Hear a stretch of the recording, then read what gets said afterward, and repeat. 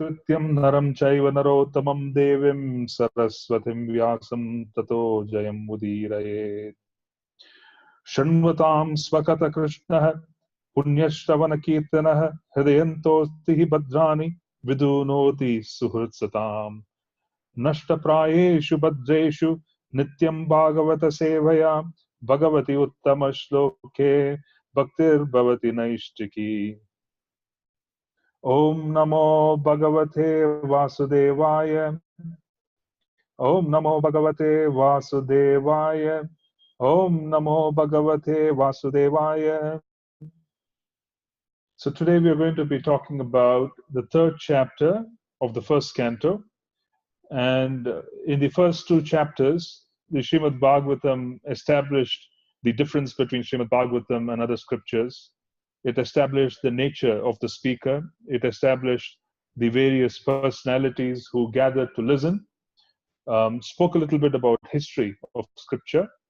And we also understood the purpose of Srimad Bhagavatam in the previous two chapters. One of the most important purposes of Srimad Bhagavatam, which was given in the previous chapter, was that it was the means of conquest. It was the means of conquest, or it is being established as the means of conquest for Kali Yuga.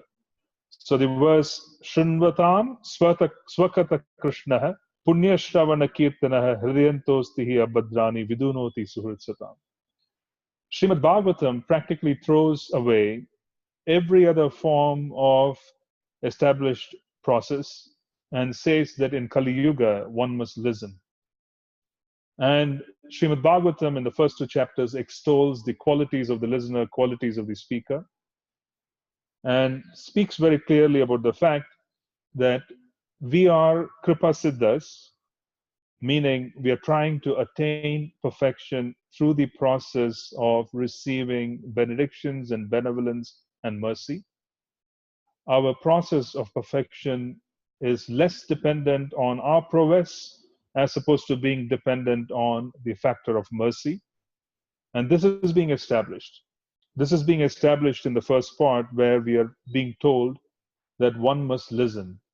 And one must listen, and by listening and coming in touch with the potency of the Lord through personalities who speak the Srimad Bhagavatam, who have realized knowledge of Srimad Bhagavatam, or who come in the same lineage of those who have realized knowledge of Srimad Bhagavatam, one has an opportunity then for them to be purified because they come in touch with the sound vibrations emanated from the lips of a devotee. And if you could please put yourself on mute, Matajis, please, whoever is joining in now, if you could just put yourself on mute. So whoever is coming in touch with Srimad Bhagavatam, whoever is coming in touch with the sound vibrations of the speakers of Srimad Bhagavatam, they have an opportunity to purify themselves through the sound vibration, because the sound vibration is mercy. The sound vibration of the speaker who is realized in speaking Srimad Bhagavatam will enter into our hearts and establish itself by destroying nations and give us the ability to move forward. What are the stages? We spoke about it in the previous chapters. We talked about Adav Shraddha. Faith is received by coming in touch with those who are faithful. Faith is received by coming in touch with the sound vibrations of those who are faithful. And by receiving those sound vibrations, with honoring those sound vibrations and understanding them as a process on a regular basis, the sound vibrations of those who are faithful will establish faith in our hearts. So the ability to establish faith is dependent on coming in touch with those who are faithful. And the sound vibrations from those who are faithful will establish faith in our hearts. By establishing faith in our hearts, we then have the ability to transcend the modes of nature, because faith that is established also allows us to steadily work upon ourselves. This is the process of Bhajana Kriya, where we engage in the chanting of the holy names while hearing the Srimad Bhagavatam. Srimad Bhagavatam enthuses one to hear and chant. The chanting enthuses one to read Srimad Bhagavatam. So it is a very, I would say, a process that is linked to each other. It's a very, very, I would say, extraordinarily powerful process which complements each other, because both have the same quality. What is the quality which is common with the holy names in Srimad Bhagavatam? What is the quality which is common with both Srimad Bhagavatam and the holy names? The transcendental. Hare Krishna. They're transcendental, yes. Or what else? You're close, but It's maybe we can be more specific. Glorification of the Lord, Prabhu.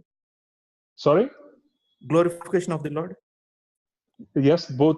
It's glorification, activity of glorification. What else? These are all close answers. It's a hearing, bro. Yes, we hear the holy names and we're also hearing Srimad Bhagavatam. What else? It's almost there. Non-different than the Lord. Exactly.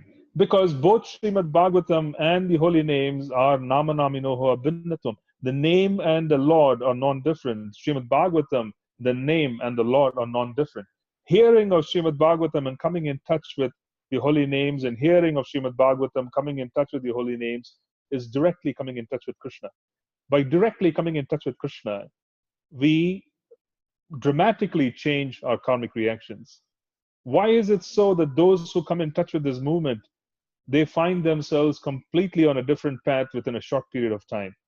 It is because in a very powerful situation, it's such a powerful source of purity, you're coming in touch with Kṛṣṇa himself in so many different ways, that it immediately impresses upon you and starts transforming you to such an extent that within a short period of time, we shed our conditioning and we want to, really want to take up devotional service.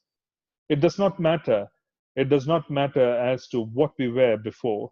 It does not matter as to what our desires were before. It does not matter as to which social and economic circumstances we were. The moment we come in touch with Srimad Bhagavatam, the moment we come in touch with the movement, the holy names, it starts changing us. Why so? Because it's Kṛṣṇa himself.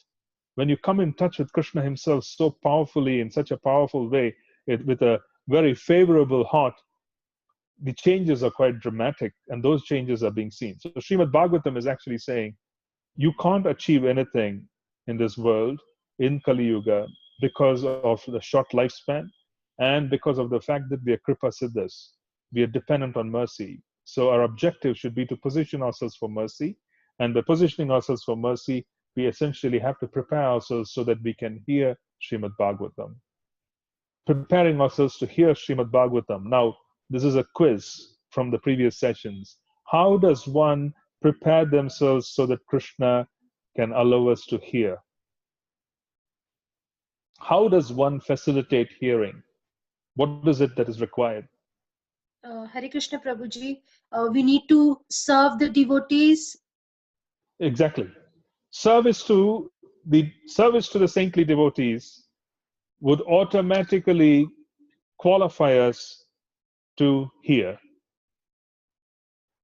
The corollary, or the opposite, is offenses to the devotees disqualifies us from hearing, takes us away.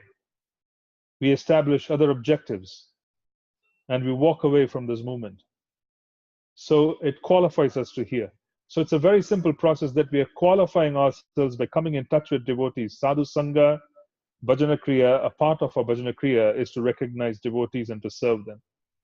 And when we serve them, we are coming in touch with the sound vibrations. And Kṛṣṇa basically gives us the qualification to hear. When we serve as devotees, Kṛṣṇa gives us the qualification to hear. Our ears open up and we start hearing.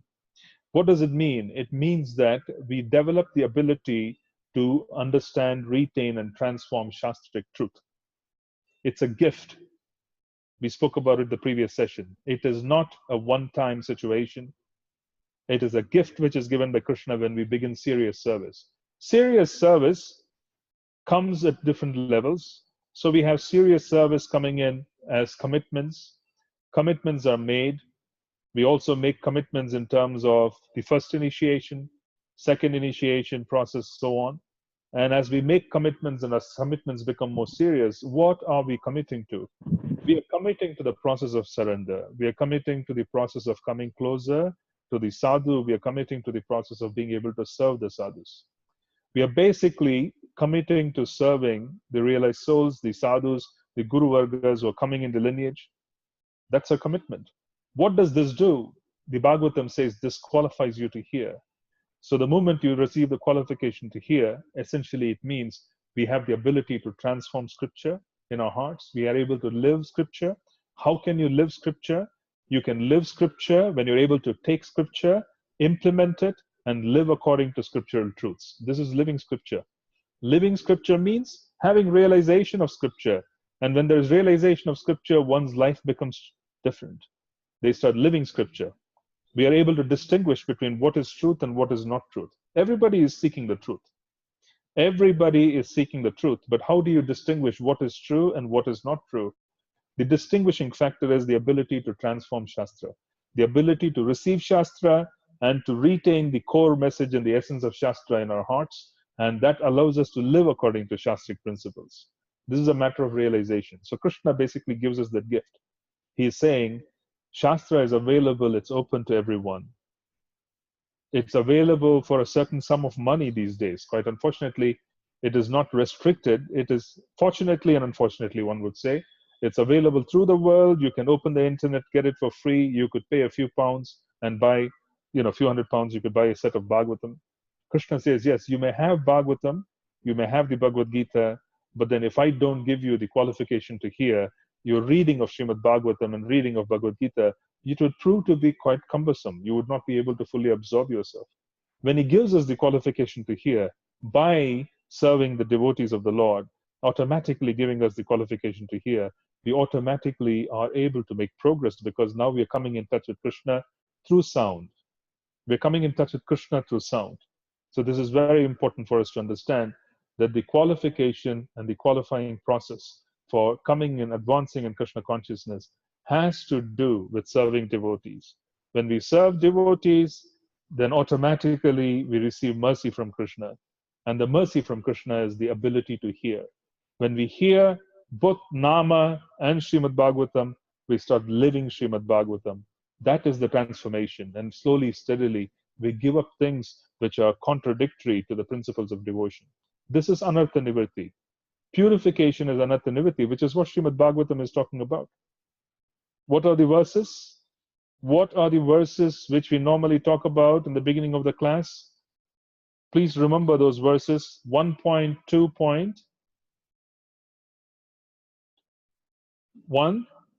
1.2.17, 1.2.18, 19. These are verses that we talk about in every Bhagavatam class. What are these verses saying? These verses are saying particularly, if you serve the devotees, you will develop and be gifted the ability to hear. If you're gifted the ability to hear, then you have the ability to transform Shastra in your heart.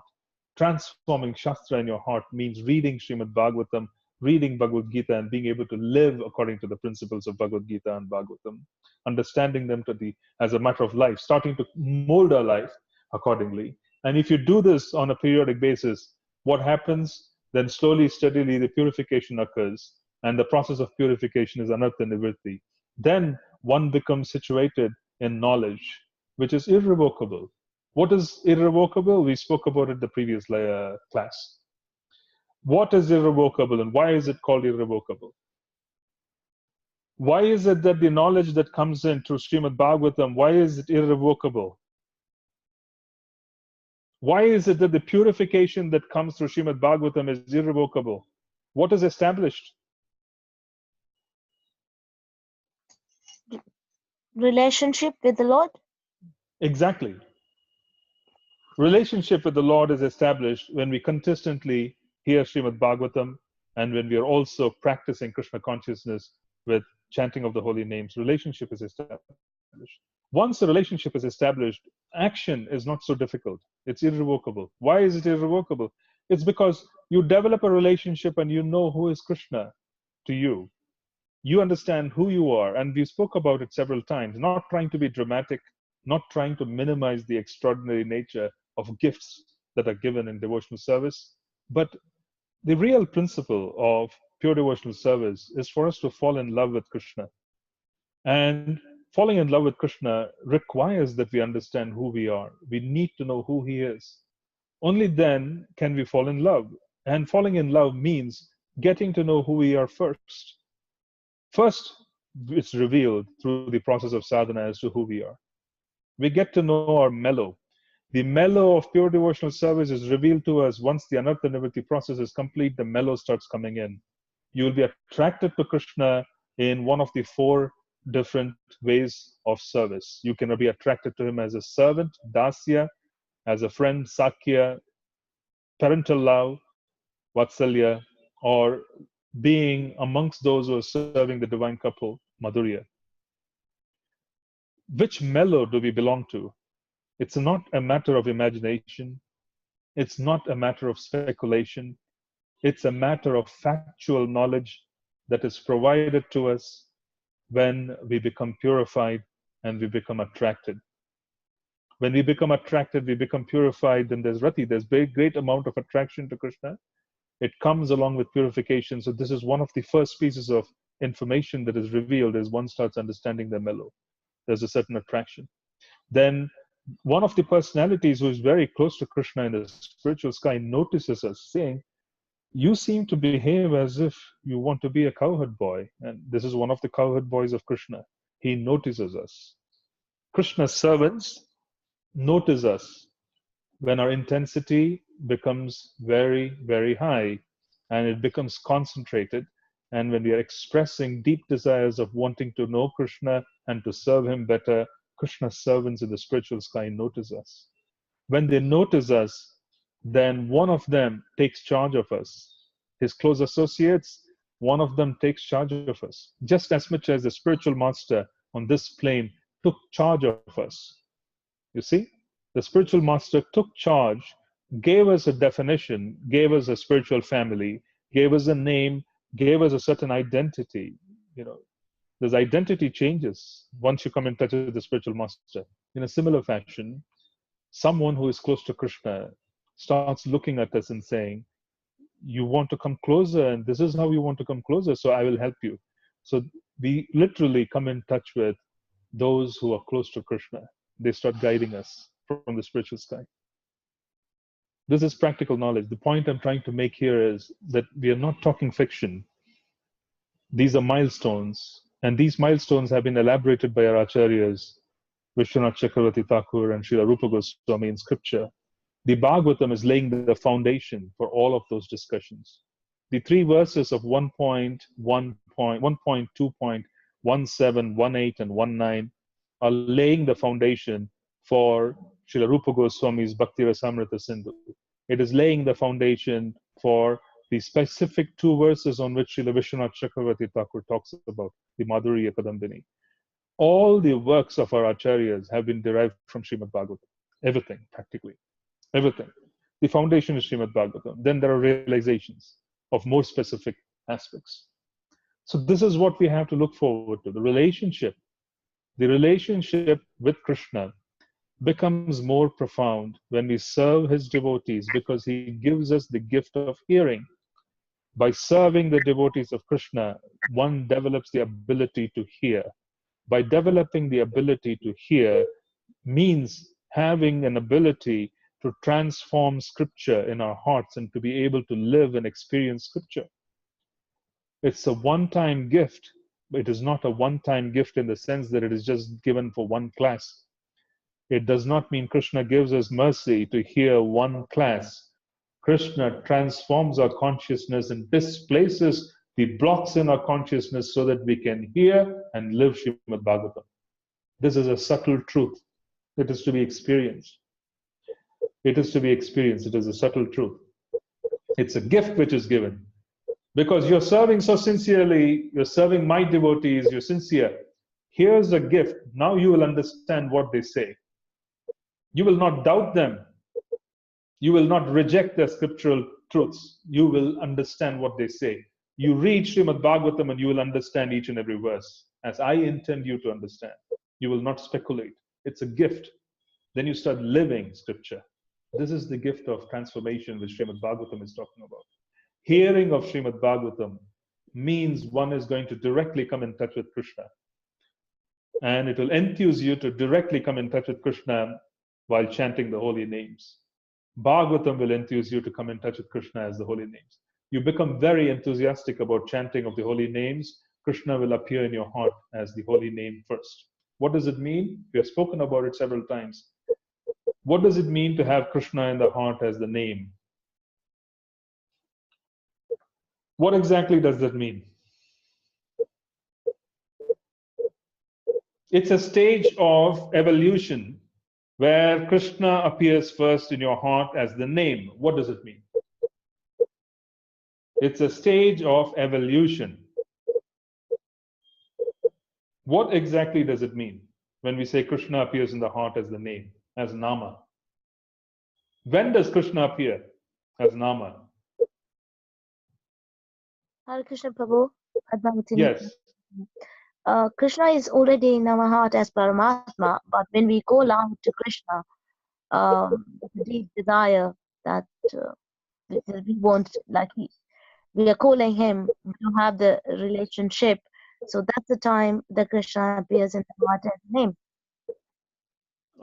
Krishna appears, yes, Krishna appears in the heart as Nama when you hear nothing but Nama when you chant.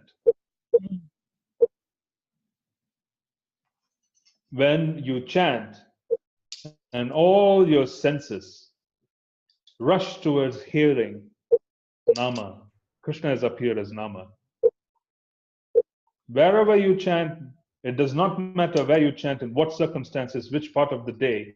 When you chant, when every aspect of your existence rushes to experience the name, then Krishna has appeared in our heart as the name. These are factual truths.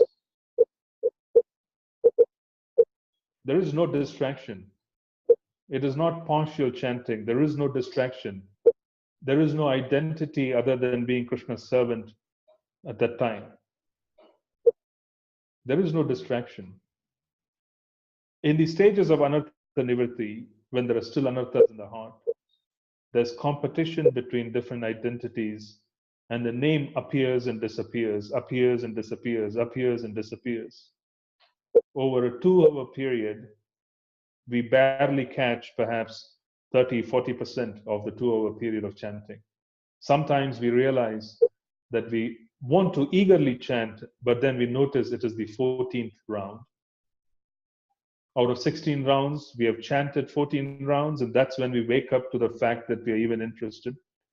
The remaining 14 rounds has been overwhelming because we keep hearing, but our mind goes all over the place. And by mind going all over the place, we're also saying that the mind practically can't hear the Nama. When you reach the stage where Krishna appears in the heart as Nama Prabhu, then all the senses are completely cooperating with the process of hearing. Every sense of ours rushes to cooperate and assist and experience the truth of Nama. Very soon after Krishna appears as Nama, he also appears in his two-armed form. One is able to see Krishna very soon. But first he has to appear as Nama. First he has to reach the stage of us being able to hear Nama so clearly that we really have nothing else in our hearts. You can sit anywhere, in any part of your house, you can sit in any part of the day, and you could pick up your beads and you could become absorbed to such an extent that the world is lost. Krishna is appearing as Nama. It's pretty close. He says this to Prahlad Maharaj in the 7th canto, where he says, first I will appear as Nama. He first appears as Nama in the heart of Prahlad Maharaj. Prahlad Maharaj sees him in his heart as Nrsimhadev. That is why Prahlad Maharaj was not bewildered when he appears outside in the pillar. He first appears in Prahlad Maharaj's heart. Then he manifests in the pillar. So Prahlad Maharaj is not bewildered. He knows this Nrsimhadev is Krishna. He appeared from my heart, and from my heart he has gone to the pillar. He is manifested there. So he was not bewildered. So Krishna first appears as Nama. Prahlad Maharaj, he was chanting Nama. He first appeared as Nama. He revealed his form in Prahlad Maharaj's heart. Then he manifested outside. So that's why Prahlad Maharaj was not bewildered. He didn't start speculating on the nature of the Lord. He surrendered. He started offering prayers. So this is very important for us to understand that these are stages. There are so many wonderful stages to look forward to in devotional service, but it requires just desiring devotional service. A small price to pay, very small price to pay. Kṛṣṇa is very diligent. He is someone who loves us intensely and who is wanting to exchange love with us. And while he is wanting to exchange love with us, he is also being extraordinarily strict, saying, unless you want me only, and unless your heart says you want Kṛṣṇa only, then I'm not going to fully appear. So until that stage of us knowing who we are, that's not possible. And that comes after we are purified. And how do we get purified? We get purified by hearing Srimad Bhagavatam. The faith of the speaker enters into our hearts, reestablishes faith in our hearts, allows us to hear Srimad Bhagavatam. Kṛṣṇa gives us the gift because we are serving the devotee. And then we automatically are beginning to transform scripture. There are realizations every day. We hear Srimad Bhagavatam, we walk on the road, and we get realizations. We're living scripture because we are experiencing scripture everywhere. Then slowly, steadily reach a point of purity where we can hear Nama.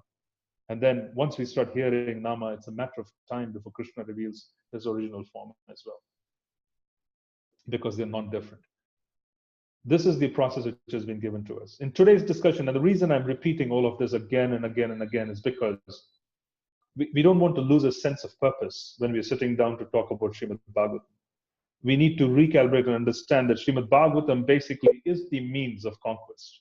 There really isn't anything else that we can do which will help us succeed other than Srimad Bhagavatam. So if we don't understand why we are doing what we are doing, we might as well just be entertaining ourselves. We could just walk in and walk out of classes. And this is quite essential because as devotees, we come into so many classes. If we don't understand the purpose of Srimad Bhagavatam, we would just walk in and out of these classes. We might minimize them, we might trivialize the opportunity for us to be purified. Because we hear so many classes. It's not that there's just one speaker in our movement, hundreds and thousands of speakers, and there's so many different opportunities to come in touch with Katha. But we walk in and walk out like a, what do you call it? A door, a revolving door, and we just don't realize what the opportunity was. The opportunity itself was to establish faith. The opportunity itself was for us to come in touch with Kṛṣṇa. So if we go with the eagerness that Kṛṣṇa is going to purify us and is going to give us himself through Srimad Bhagavatam, then we're going to receive. So this is very important for us. We have to constantly understand why we are doing what we are doing. Otherwise, it will become a chore. It would just become activity. And sometimes if it is activity which doesn't pay off in the short run, which will not, I can assure you that devotional service doesn't pay off the way it is in the short run. It's a long haul. It is a long haul. We're talking 20, 30 years, 40 years of life dedicated to it. Why not? Yeah, this is the most important aspect. This is our one chance. This is our one chance to get out. So why not dedicate years and years and years and perfect ourselves? This is our one chance. So because devotional service is a long haul, if you constantly don't calibrate yourself, understanding why you're doing what you're doing, you're going to be taking it easy. You're going to be basically trivializing the experience. So it's very important for us to understand that Bhagavatam hearing is the means of conquest in Kali Yuga. Bhagavatam is discarding, throwing into garbage every other form. It is then establishing itself as Krishna's Rupa, literary incarnation. Then Srimad Bhagavatam's hearing basically is a gift given by Kṛṣṇa. And then everything else changes based on that. Now, in this chapter, which is the third chapter of the first canto, we're going to talk about the concept of the Paribhasha Sutra. What is the Paribhasha Sutra of the Bhagavad Gita? Anybody?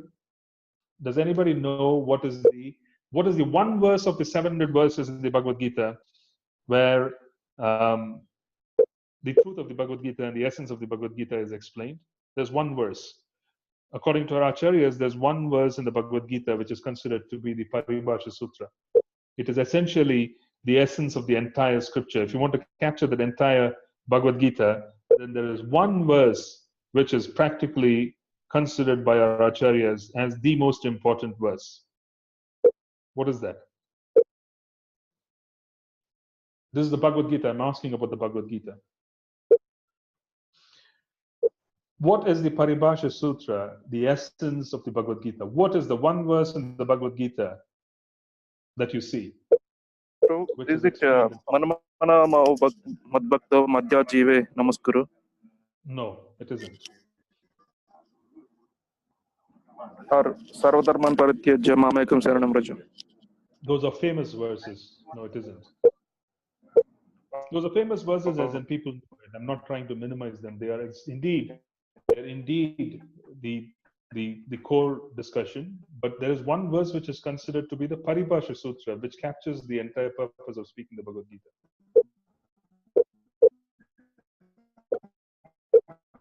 18.6, Prabhu? I think. Actually, no. So let me get to it.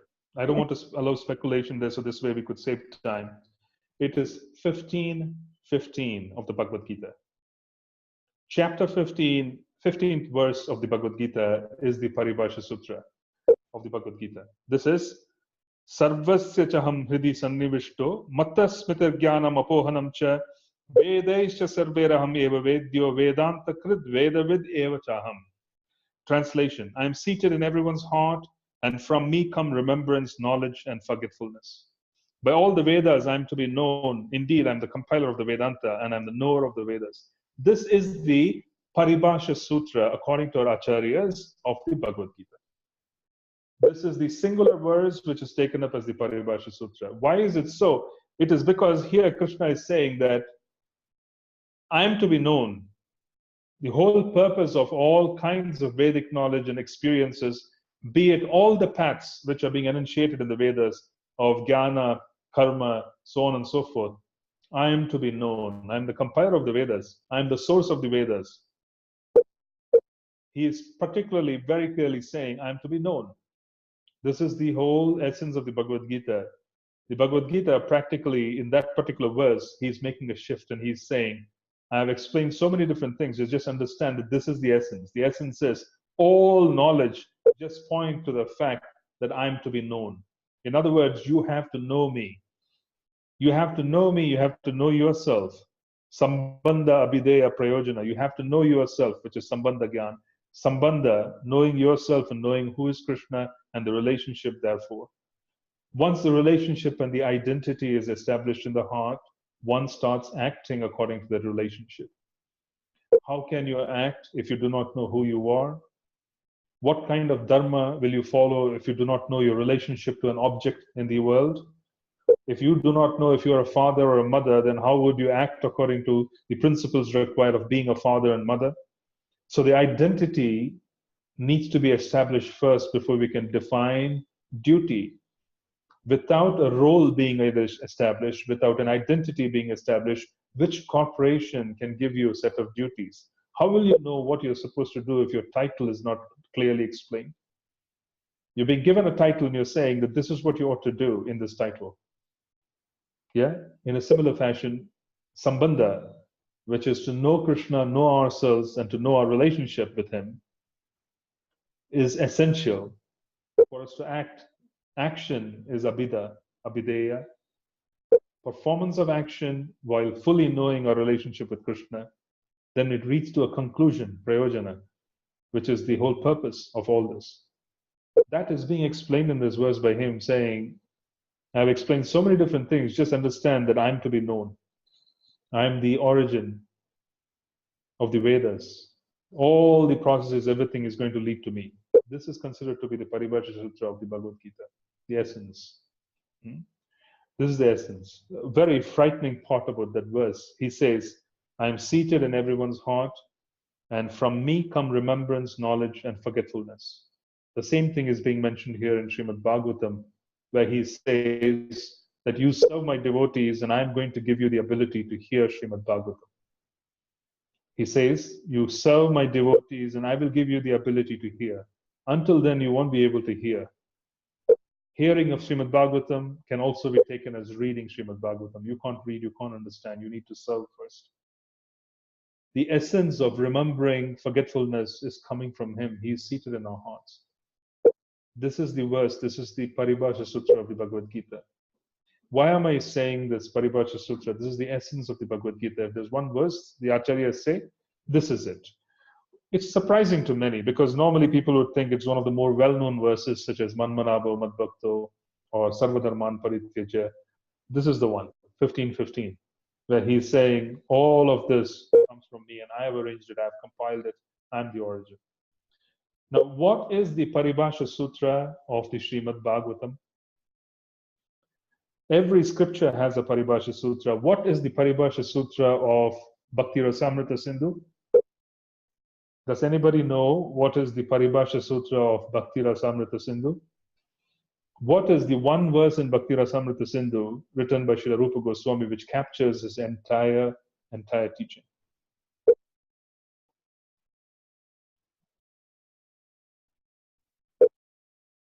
Anya Bilashita Shunyam Jnana Karmadi Anavratam Anukulyena Krishna Nushiranam Bhakti Ruttama. Yes. Anya Vilashita Shunyam. This is the Paribhasha Sutra of Bhakti Rasamrita Sindhu. What is the Paribhasha Sutra of Srimad Bhagavatam?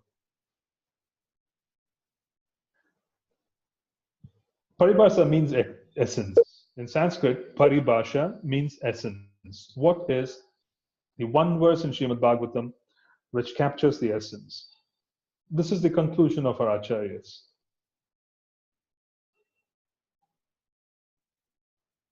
1.3.28. Today we are going to discuss chapter 3.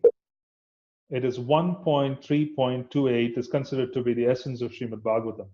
Let's just read that and then we'll discuss it and then we'll go deeper into it in a subsequent session. We're going to need 3 sessions at least. We're going to need 3 sessions for 1.3. Chapter 3, we're going to have 3 sessions. So today is the first session. So we kind of gave you set the stage for the session. Now, what is the verse? 1.3.28. Ete chamsha kalah pumsaha Kṛṣṇastu Bhagavan Swayam Indrari Vyakulam Lokam Mridayanti Yuge Yuge. Before this, there have been 28 verses, chapter 3. 28 verses of chapter 3 have described various incarnations and roles played by the Lord. In this particular verse, the essence of Srimad Bhagavatam is being spoken of. Ete chamsha kala pumsaha Kṛṣṇastu Bhagavan Swayam Indrari Vyakulam Lokam Mridayanti Yuge Yuge. All of the above mentioned incarnations are either plenary portions or portions of plenary portions of the Lord, but Lord Sri Krishna is the original personality of Godhead. All of them appear on planets whenever there's disturbance created by the atheists. The Lord incarnates to protect the theists. All of the above mentioned incarnations are either plenary portions or portions of the plenary portions of the Lord. But Lord Sri Krishna is the original personality of Godhead. All of them appear on planets whenever there's a disturbance created by the atheists. The Lord incarnates to protect the theists. So this is the essence of Srimad Bhagavatam. Now, why is it the essence of Srimad Bhagavatam? This goes back to the first class I gave here in this group. Why is it the essence of Srimad Bhagavatam? What is this one line here? Kṛṣṇastu Bhagavan Swayam. Kṛṣṇastu Bhagavan Swayam. Why is this the essence?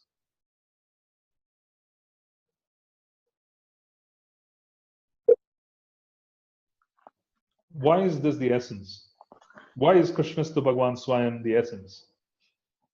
This goes back to a few sessions. This goes back to the time when we started talking Srimad Bhagavatam. Why is Kṛṣṇastu Bhagavan Swayam the essence? What is different about Srimad Bhagavatam? I'm giving you a clue. What is different about Srimad Bhagavatam as compared to the works done by Srila Vyasadeva, the other works?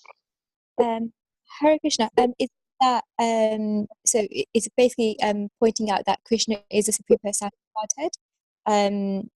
So who is the supreme personality of Godhead, and sort of compared to the other other incarnations and things?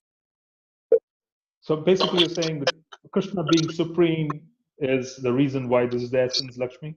Is that what it is? Is that what you're trying to say? Yeah. Okay. Now let's take it a little further.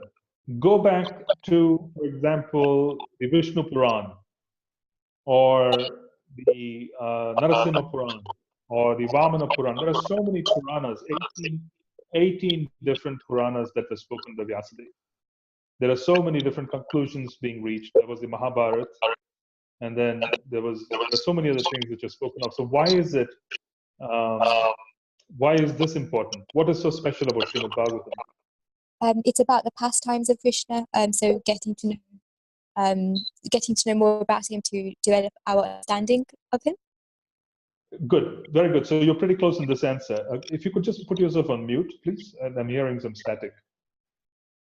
Yeah, this is basically the essence. The essence is right at the introduction of Srimad Bhagavatam. Bhagavatam is telling us very clearly that you're not here to talk about God.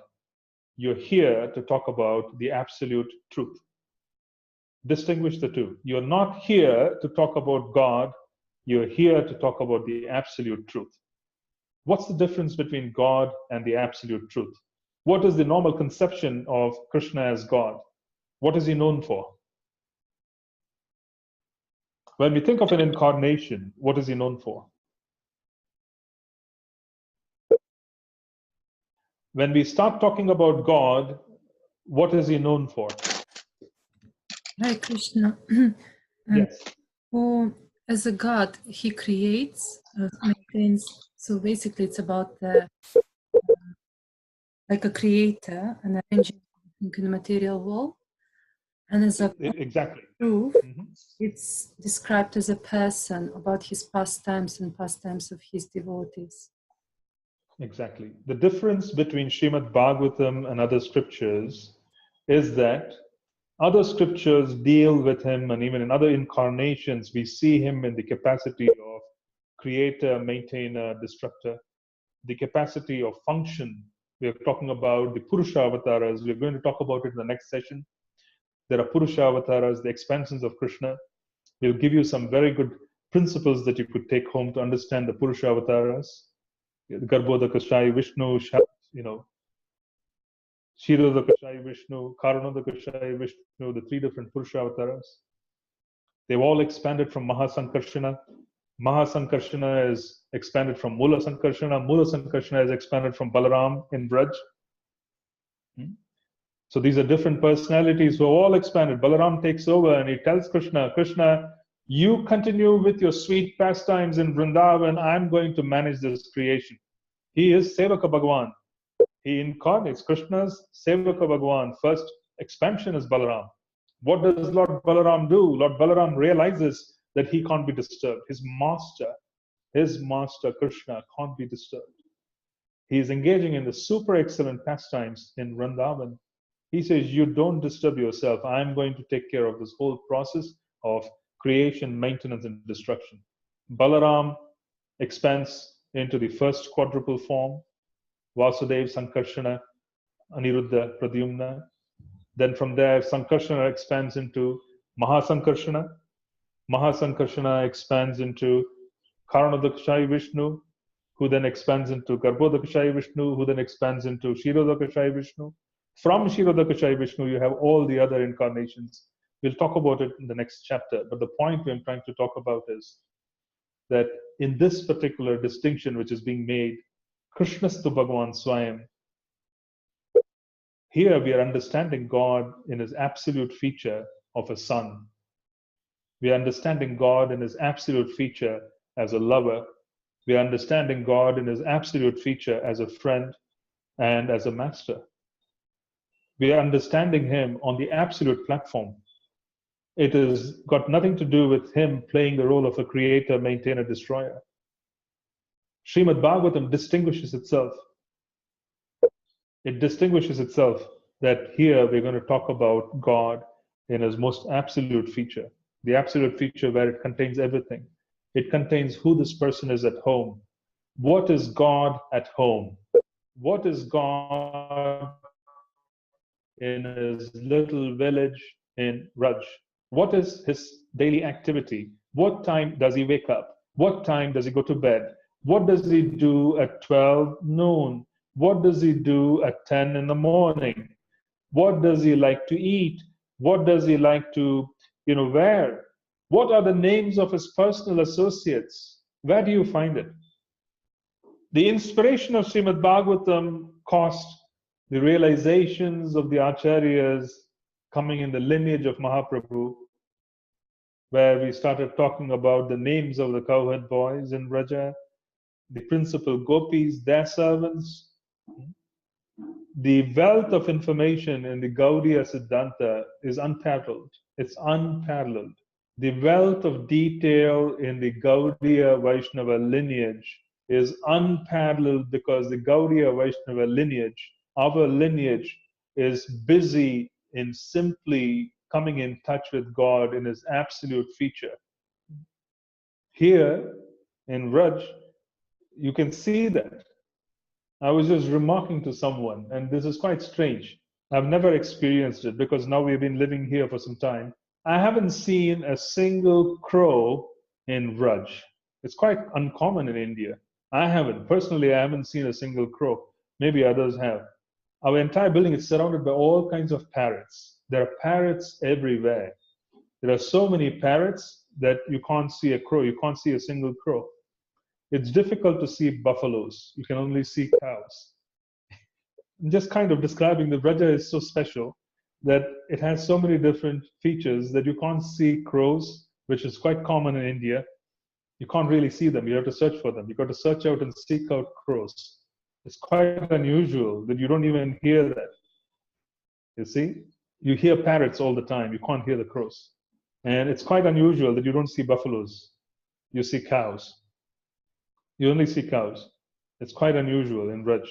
The point I'm trying to make is this is the absolute feature. Here, no one worships Him as God. No one worships Him as God. They literally are in love with Him. They worship Him through His pastimes with His devotees. Yeah? Vanka Bihari, right? Vanka Bihari means though he who roams around in different forests. Vanka Bihari has become Banke Bihari in the colloquial in Brajbasa. So you have Banke Bihari, you have Damodar, you have so many different deities here who are all simply connected to their devotees and their pastimes. And this is all in the absolute feature. It is all in the absolute feature. It's all in the absolute feature of Kṛṣṇa being the supreme enjoyer. God as the supreme enjoyer, not God as the worker, not God as someone who is doing all the heavy lifting. God as the supreme enjoyer. This is the feature of Vrindavan, and this is also the feature of Srimad Bhagavatam. In Bhagavatam, you get to know God in His absolute feature, the absolute truth. There's a distinction right on. Sriman Mahaprabhu, Sri Chaitanya Mahaprabhu, he promoted this particular feature. That's why Mahaprabhu's teachings are so special. Mahaprabhu himself is so special. He is Kṛṣṇa himself. What was given? What was given to us was God as the absolute truth. God as the absolute truth. Ultimately, after following rules and regulations and approaching God in His deity form, we are ultimately supposed to develop a relationship where all these rules and regulations get broken. All the rules and regulations of worship, at least internally, when you do internal worship, it's all broken. It's all highly simplified. The formality of interaction is being thrown away. There's love. There is no formality of interaction. In Vraj, Mother Yashoda really isn't thinking of Kṛṣṇa as God. She's thinking, my son is hungry. Let me go cook some rotis for him. Let me make some kheer for him. My son is hungry. My son is hungry. This is the absolute fear. God is to be served because this is time for the noon arti, that is God. This is time for Rajbhog, God. Absolute feature, my son is hungry. The cowherd boys wake up in the morning. Their mothers are in love with Kṛṣṇa more than their children. They're looking at their children, they're in love with Kṛṣṇa. And they're thinking, I must pack something for my child which Kṛṣṇa would love eating. I must pack something for my child with Krishna would love relishing and eating. So that pact of the lover, God as the son,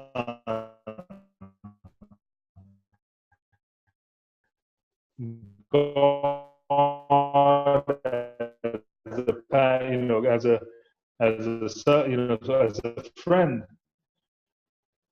and then God as the master. This is his absolute feature. Srimad Bhagavatam is focused on providing us with that particular feature. Now, many people don't know this, and I just want to relate it because I talk to so many during the week. Sometimes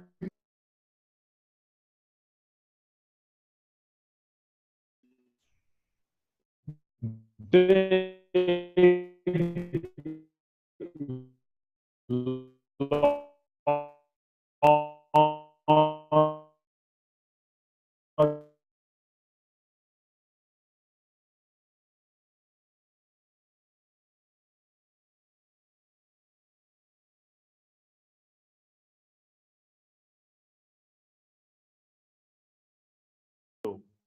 Krishna's features for achieving a purpose. And Srimad Bhagavatam provides us with distinctions of what that is versus what you're after. We are not after an objective other than Krishna himself. That is the special feature of Srimad Bhagavatam. It does not allow you any distraction. It gets you right to the point, and you immediately have an interaction and we are able to come in touch with Krishna. This is the beauty of Srimad Bhagavatam, especially if you're in the line of Mahaprabhu, because in the line of Mahaprabhu, this has been coached into us. It has been cultured into us. When you receive initiation, the understanding of the Guru is given to us. The understanding of the Guru is this, that Krishna is the absolute truth. You're developing a relationship with him. And when we receive initiation, the understanding comes to us. It's mystical. It's a mystical feature. It is not a matter of being told. It is a matter of receiving mercy, where we have suddenly found ourselves in the boardroom of a corporation rather than on the ground floor. Let's assume that the boardroom of the corporation is in the top floor. We suddenly find ourselves in the top floor because we are coming in touch with someone who knows us how to get us there. That's the feature of coming in touch with the Bhagavatam through Mahaprabhu. All in a sudden, you are circumventing and discarding all the distractions and you're coming to the essence. And the essence is this verse, Krishnastu Bhagavan Swayam.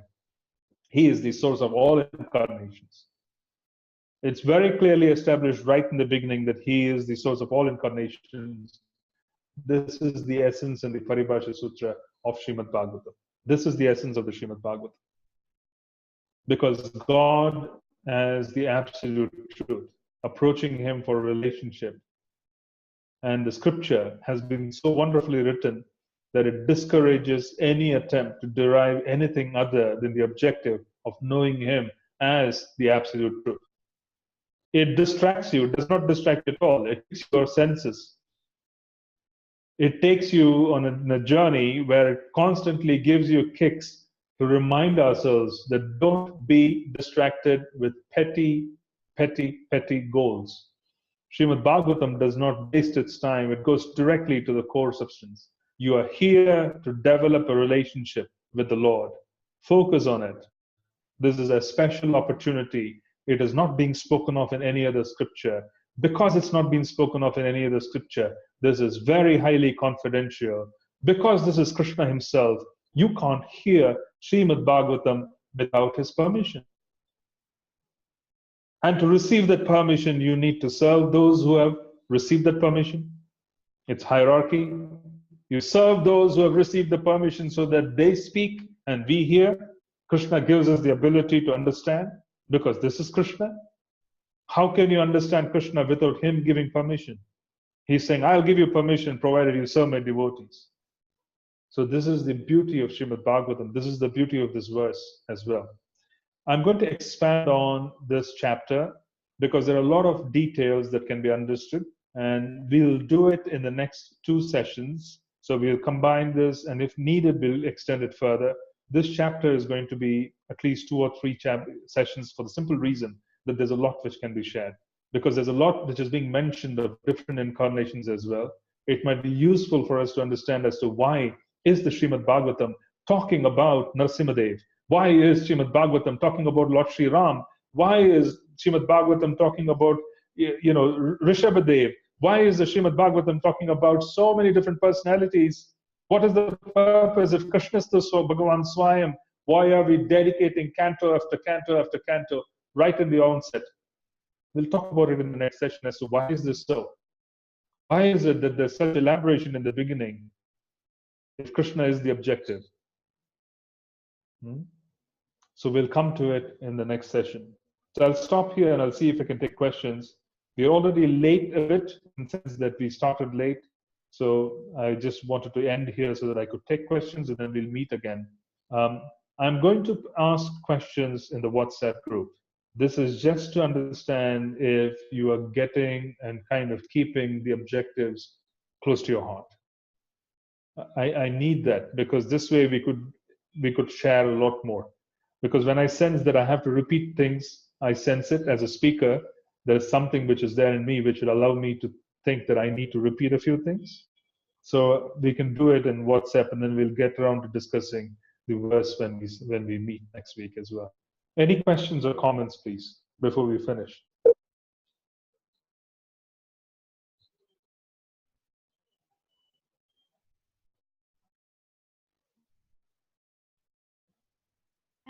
Hare Krishna, I had a question. So I was wondering if, Yes, please. if, for example, at the moment we're not reading Srimad Bhagavatam on a daily basis, we're reading some of the other books, like perhaps Bhagavad Gita or some of the other thinner Prabhupada books. Would you recommend we start reading some of Srimad Bhagavatam on a daily basis as well, even if it's a little bit, sort of just based on like the importance of like incorporating it into our daily lives? So your question is, are you recommending the reading of Srimad Bhagavatam? Was that your question, Lakshmi? Did I get it right? My question is, if we're currently reading other books, then would you recommend that we also read a little bit of Srimad Bhagavatam on a daily basis? Or would you recommend we get through the books that we're reading and then get to Srimad Bhagavatam and sort of read that properly, like in one go? I understand. I would suggest that you keep in touch. No harm done. Okay. I would suggest you keep in touch. If it answers your question, keep in touch by reading a couple of verses, spending some time. It can provide you with a lot of impetus. It can provide you with a lot of, I would say, encouragement to even read other scriptures. In reality, everything else is derived from Srimad Bhagavatam. Srimad Bhagavatam is the foundation. Everything else has come from there. So keeping in touch with Srimad Bhagavatam on a daily basis is not a bad idea, even if you're reading other scriptures. Okay, thank you. Sure.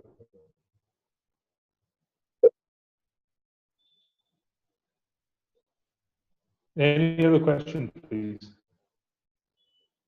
Okay. Actually, I have another question. So in terms of the importance of serving devotees, because it qualifies us to hear Srimad Bhagavatam, if, for example, our main service is perhaps like, making garlands or something else which is like deity worship related, like perhaps at a temple, then would you recommend we kind of incorporate more service we're serving devotees?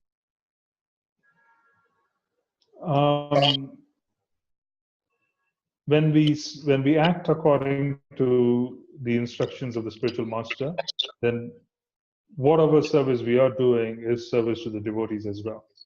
So, for instance, if we are particularly serving, for example, in setting up a certain program in ISKCON or anything else, then that is also perfectly fine. Do you understand what I'm saying? In the sense, be engaged in service, because that in turn would facilitate you coming in touch with someone who can give you a lot of faith. Does it make sense?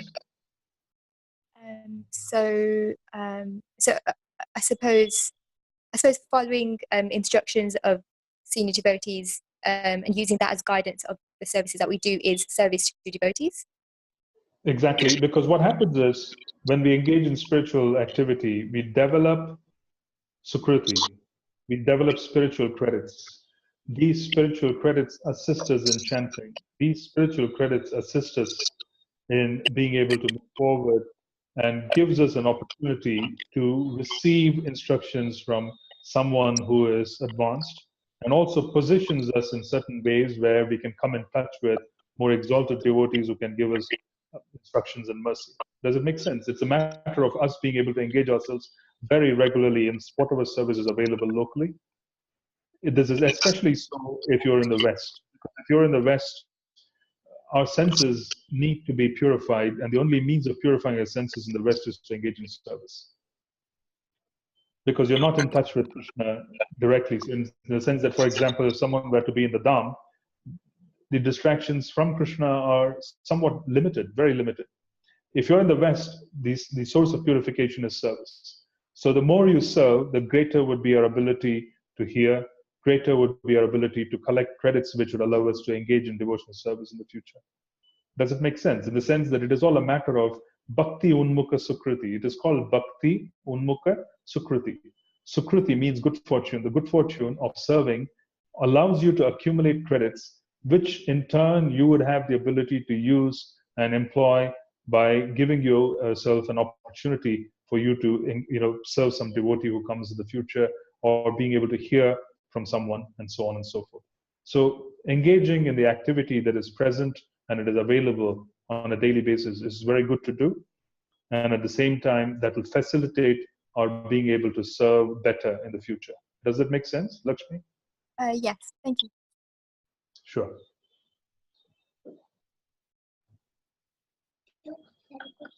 Hare Krishna Prabhuji. Yes. I just want to share my experience.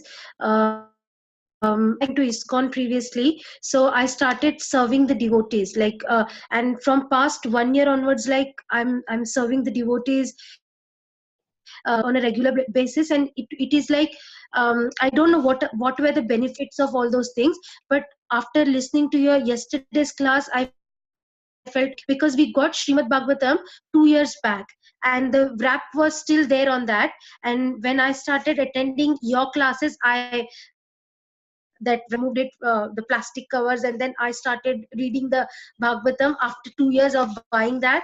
So, and then I was really fortunate to your classes, or before that I was not aware what exactly it is there, what knowledge it's hidden in the books and everything. So I felt like these all things, as you said, when you serve the devotee, you get that blessing of hearing the Bhagavatam. So now I can relate it, how I got fortunate to hear you and other people on Srimad Bhagavatam. Sure. Very happy to hear that I got you to take off the wrappers. Yeah. Yes, very well. Wonderful. Yeah. Very happy to hear, and I'm very happy to hear that you are able to take advantage. Prabhuji. Yes, Prabhuji. Yeah, there's someone here who has written privately, and I just want to address it. Regarding finding out our Swarup, I heard that in the history of ISKCON, this was discouraged. We are not talking about whimsically approaching a very lofty topic of finding out who we are in the spiritual sky. But if you don't have a sense of why you're doing what you're doing, then that doesn't help either. It is one thing to claim that we are already there and pretending that we're already there, versus knowing that that is the opportunity that is available. So my talking to you and giving in these classes talks about the fact that the objective is to fall in love with Krishna. The objective is to know our relationship with Krishna, is to constantly remind ourselves as to why we are doing what we are doing and how serious it is. This is not so much to say that we're already there, neither is it to encourage behavior as if we are already in touch with Krishna based on our intimate relationship. That's not the motivation either. But if you do not know why we are doing what we are doing, we'll never get there. It's not a matter of daily practice without knowing. So this is almost where you can't go about doing things in extremes. Extreme of, oh, I don't want to touch anything which is considered to be, should not be discussed. Or the other extreme where we get involved to such an extent where we forget that we are not even chanting our rounds. We don't want to do that. We want to understand very clearly that the objective of our Siddhanta, the objective of our daily sadhana is to ultimately understand who we are. If we don't understand that that's why we are doing what we are doing, then it would be difficult for us to keep focused. Not many people, for many people following regulative principles and then attending or rather chanting 16 rounds as a matter of discipline, sometimes they have no taste in doing that. They don't have any taste in that particular activity. They need to know what they're doing. They need to develop an interest. This is also a part of our scriptures. The part of our scriptures is you need to come in touch with someone who is very greedy to make advancement in alignment with scripture. So when you come in touch with someone who is very greedy to make advancement, then you will develop the greed. So it is perfectly fine to talk about attaining our Swarup, while it is not so wonderful to pretend that we are already there.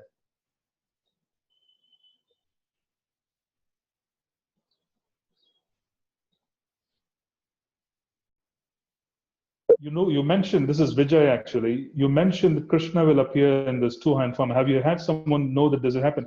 Scripture says it is happening. Why should I tell you about who is there who has already seen it happen? Scripture says it is happening.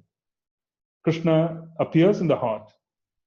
He appears in his Swarup, in the heart. Krishna is there in scripture. So I don't need to depend on anybody's personal experiences because it should not be shared. Even if someone has a personal experience, it should not be shared.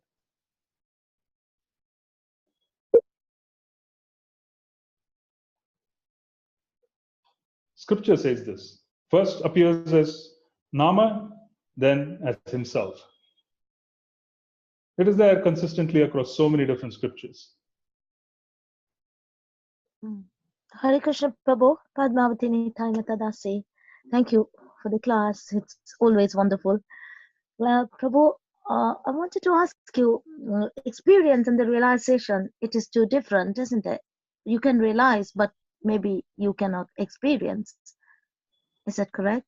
Is that my understanding correct? Experiencing, yes, I would say the realizing scripture has many different layers. Yeah. Realizations are at different levels. Okay. So if one were to experience scripture, literally meaning someone sees an event happening versus someone factually realizing scriptural truth as applicable to their day-to-day life.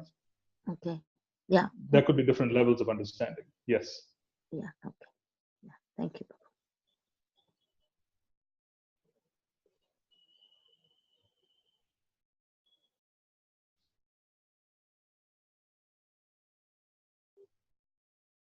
Any other question or comment?